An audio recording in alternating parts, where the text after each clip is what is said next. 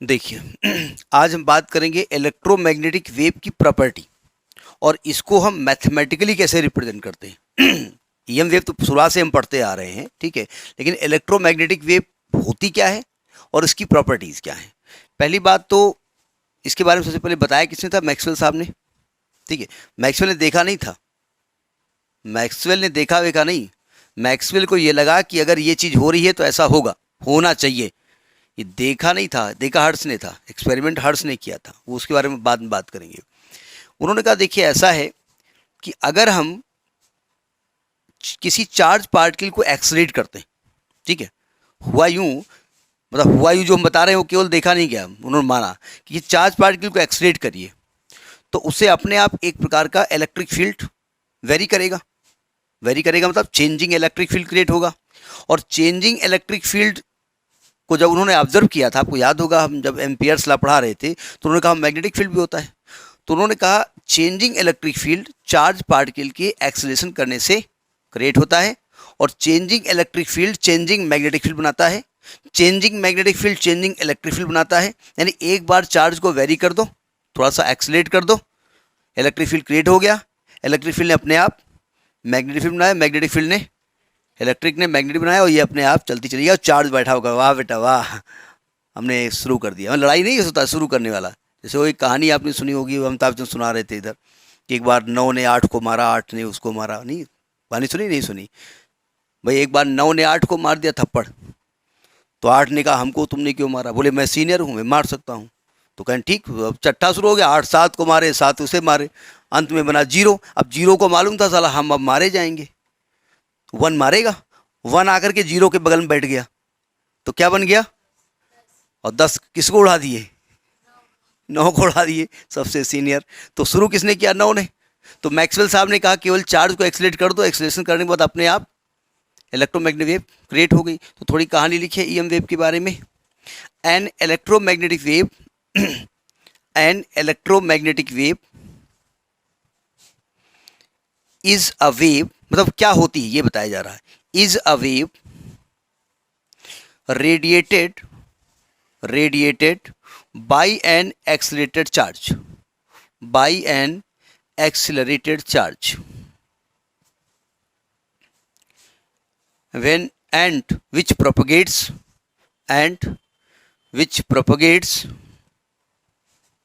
through space,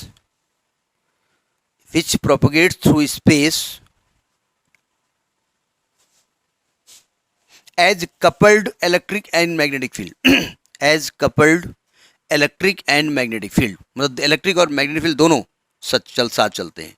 electric and magnetic fields oscillating perpendicular to each other, oscillating perpendicular to each other, perpendicular to each other and to the direction of propagation of wave,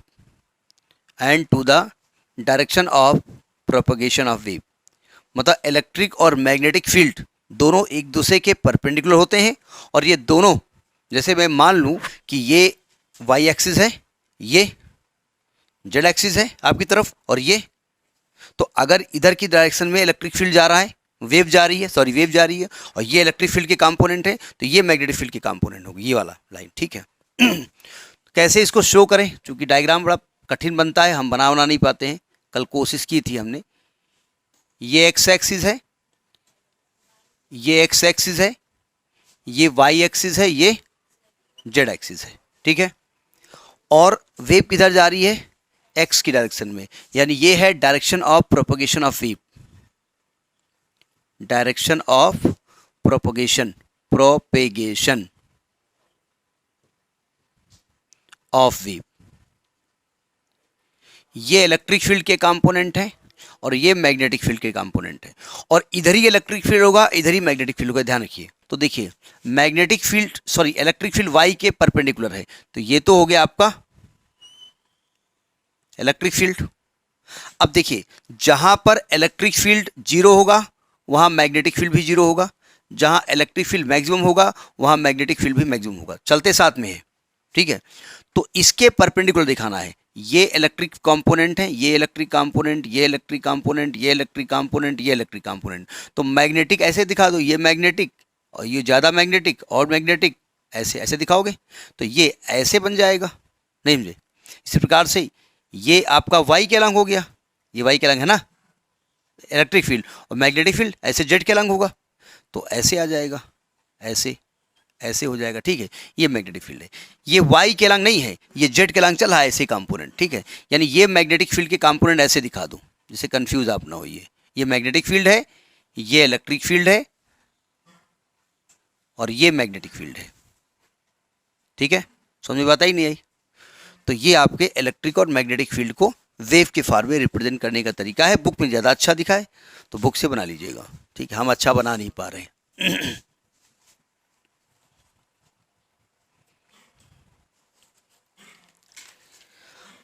अब इसको हम mathematically कैसे represent करें wave के form में, ठीक है। तो मैथमेटिकल रिप्रेजेंटेशन देखिए, mathematical representation of electromagnetic wave देखिए, मैथमेटिकल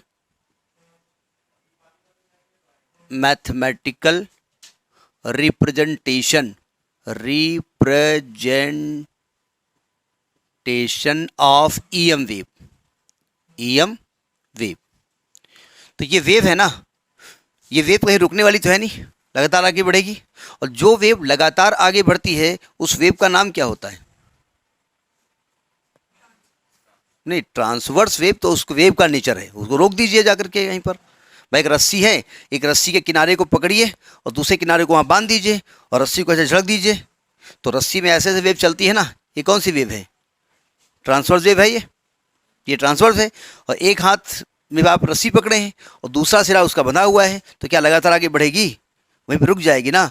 तो आपने bounded unbounded plane progressive wave आपने पढ़ा है 11th क्लास में, याद नहीं है? प्लेन प्रोग्रेसिव वेव वहाँ पर थी, उसका इक्वेशन था y is equal to a sine k x minus omega t, याद है? तो यही क्वेश्चन लिखना है आपको। और जहाँ k की वैल्यू क्या थी? 2 पाई बाई लैम्डा, और ओमेगा की वैल्यू क्या थी? 2 पाई बाई टी, याद है? तो पहले हम इक्वेशन ऑफ इलेक्ट्रिक वेक्टर लिखेंगे और फिर इक्वेशन ऑफ मैग्नेटिक वेक्टर लिखेंगे। तो equation of electric vector, equation of electric vector कहिए या इलेक्ट्रिक वेव कहिए। तो देखिए E इज इक्वल टू, मैं वेक्टर फॉर्म में लिख रहा हूं, E इज इक्वल टू, चूंकि E किसके अलॉन्ग है? J के अलॉन्ग है ना, सॉरी Y के अलॉन्ग है ना, तो इसको क्या लिख सकते हैं? E Y के अलॉन्ग है। और अगर इसको वेक्टर में कन्वर्ट करना चाहें तो क्या करेंगे? इसको J कैप से मल्टीप्लाई कर दो। भाई अगर मैं मान लूँ कि ये वेव का जो डिस्प्लेसमेंट है वो ई वाई है, ये ई वाई डिस्प्लेसमेंट है, ये डिस्प्लेसमेंट इक्वेशन होता है ना। तो अगर वेक्टर फॉर्म में लिखें तो डिस्प्लेसमेंट तो उसका मैग्नीट्यूड है, और किसी मैग्नीट्यूड को वेक्टर में कन्वर्ट करने का तरीका क्या होता है?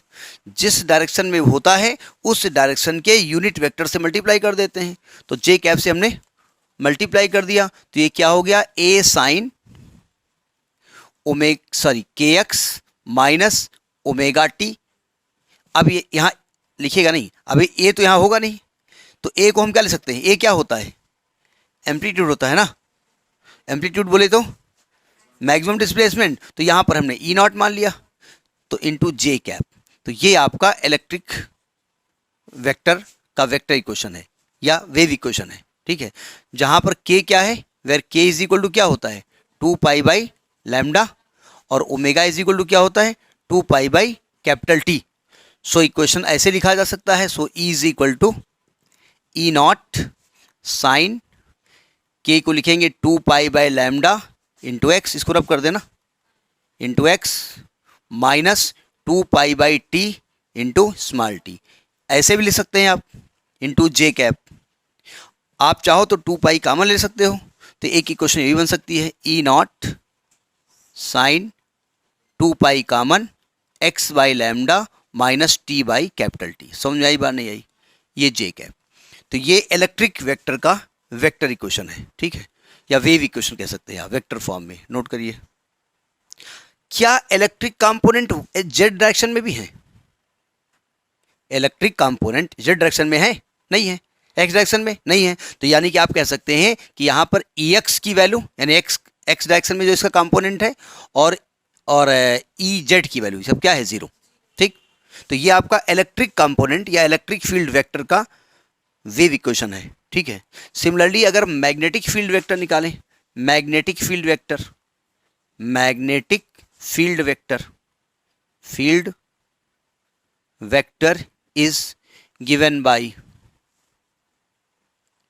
तो देखिए ये होगा बी वेक्टर और ये जेड डायरेक्शन में है तो यहां जेड कंपोनेंट आएगा और यहां पर क्या हो जाएगा।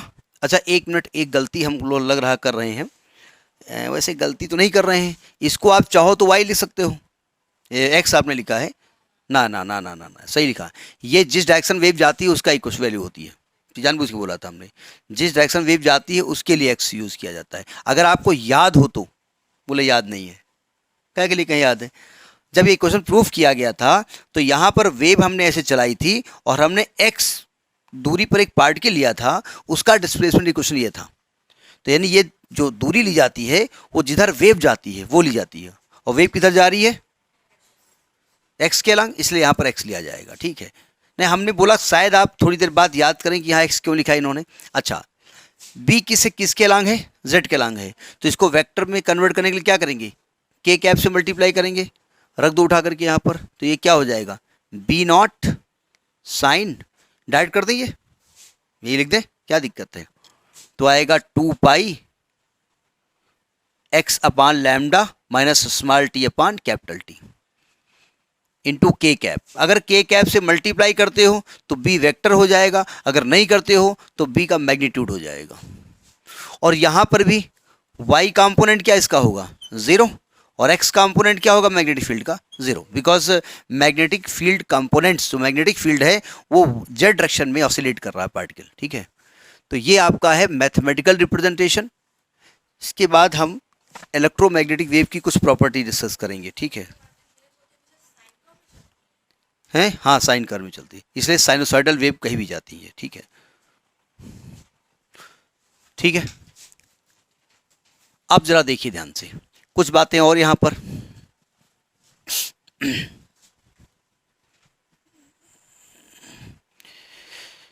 यहाँ पर हमने देखा कि जब E अपान बी निकाला हमने, here E upon B electric field और मैग्नेटिक फील्ड, या E naught upon B naught, इसकी वैल्यू किसके इक्वल होती है, स्पीड ऑफ लाइट के बराबर होती है। ठीक है, और C की वैल्यू किस पर डिपेंड करती है, C की वैल्यू डिपेंड करती है चूंकि मीडियम के किसको चलना है, इलेक्ट्रोमैग्नेटिक वेव को चलना है, यानी मीडियम में इलेक्ट्रिक कंपोनेंट को चलना है और मैग्नेटिक कंपोनेंट को चलना है, और मीडियम की परमिटिविटी और परमिबिलिटी इनके इलेक्ट्रिक फील्ड और मैग्नेटिक फील्ड को अफेक्ट करता है। तो इसका मतलब मीडियम की परमिटिविटी और मीडियम की परमिबिलिटी उसकी स्पीड को भी कंट्रोल करेगी, तो इसकी वैल्यू होती है 1/√μ0 इंटू एप्सिलॉन नॉट। इसका प्रूफ आपने देखा होगा, प्रूफ भी कराया था हमने, हमको याद है। और जब हमने इसकी वैल्यू रखनी शुरू की, म्यू नॉट की वैल्यू क्या होती है, बोले रे दादा, एप्सिलॉन नॉट की वैल्यू क्या होती है 8.85 इंटू 10⁻11, और म्यू नॉट की वैल्यू क्या होती है, यही होती है ना -12, और इसकी क्या होती है 4 पाई इंटू 10⁻7, यही होता है ना। जब इसको हम कैलकुलेट करेंगे तो ये लगभग 3 इंटू 10⁻8 ही आता है मीटर पर सेकेंड, यूनिट भी यही आती है। ठीक है, जब हमने म्यू नॉट एप्सिलॉन नॉट में रिलेशन निकाला था तो जब इसको इस तरीके से लिखा गया था तो यूनिट मीटर पर सेकेंड ही आई थी। ठीक है, तो ये स्पीड ऑफ लाइट है।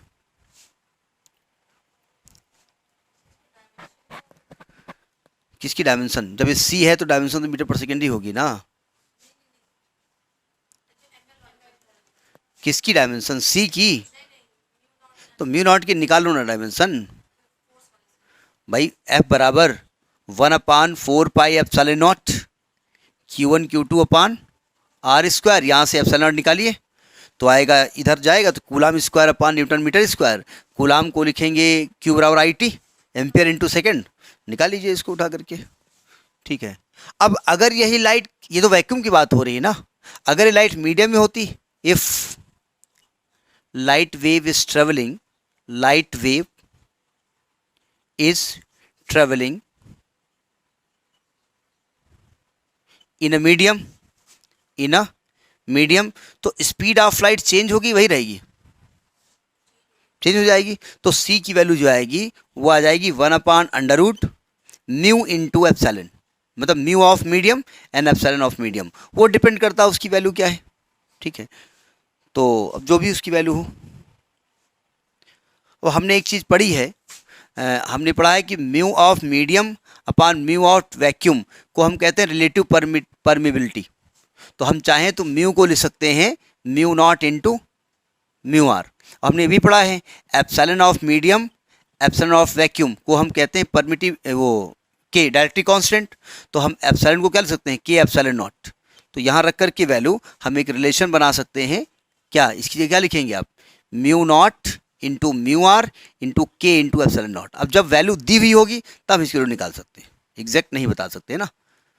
तो ये आपका रिलेशन हो गया। लिखिए इसकी प्रॉपर्टीज़, वो हम बोर्ड पे लिख नहीं रहे हैं, एक तो राइटिंग गंदी है, फिर टाइम लगेगा। तो सबसे पहली चीज़ तो ईएम वेव प्रोड्यूस किससे होती है, बाय एक्सीलरेटेड चार्ज से, और इसको चलने के लिए मीडियम की ज़रूरत नहीं होती। तो लिखिए number 1, the electromagnetic waves are produced, the electromagnetic waves are produced by accelerated charge, by accelerated charges, by accelerated charges and do not requires any medium, do not requires any material medium, do not requires any material medium for their propagation, for their propagation।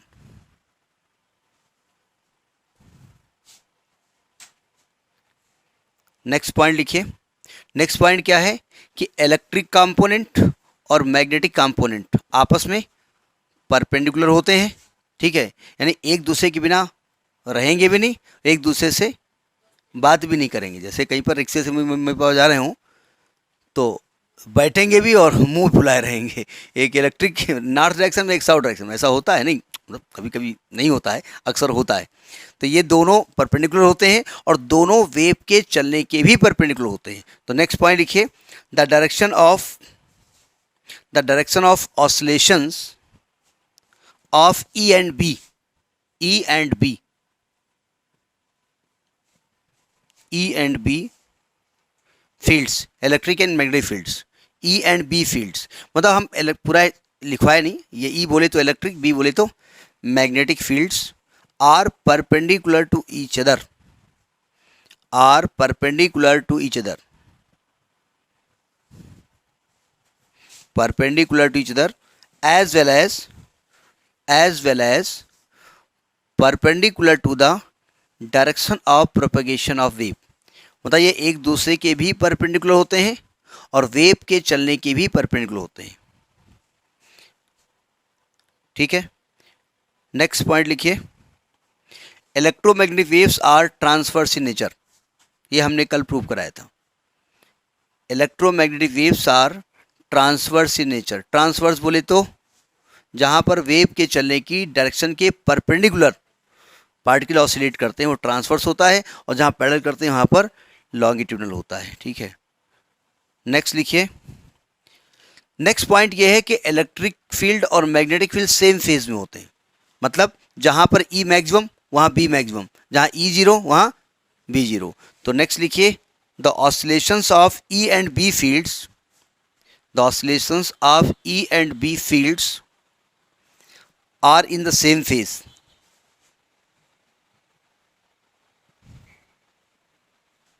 Speed हम बता चुके हैं, लेकिन point note कर लीजिए, इसे भूले ना। नेक्स्ट लिखिए, the electromagnetic wave, the electromagnetic wave travel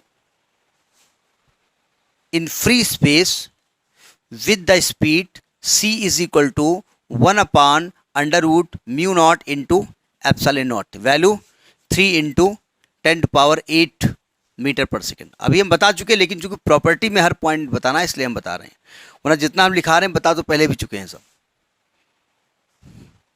and in the material medium speed becomes c is equal to c dash मान लो 1/√μ into एप्सिलॉन, ठीक है।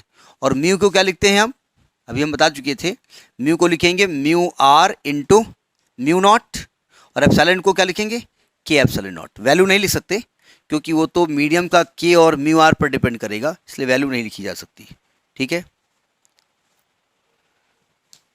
नेक्स्ट लिखिए, the amplitude ratio the amplitude ratio of electric and magnetic field is given by, इनके amplitude का ratio क्या होता है, E naught upon B naught, अभी हम बता चुके हैं सी, यानी 1 upon under root mu naught into epsilon naught, ये इसका एम्पलीट्यूड रेशियो होता है।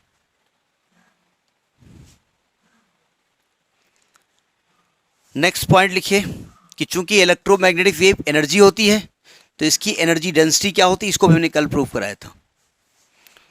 The energy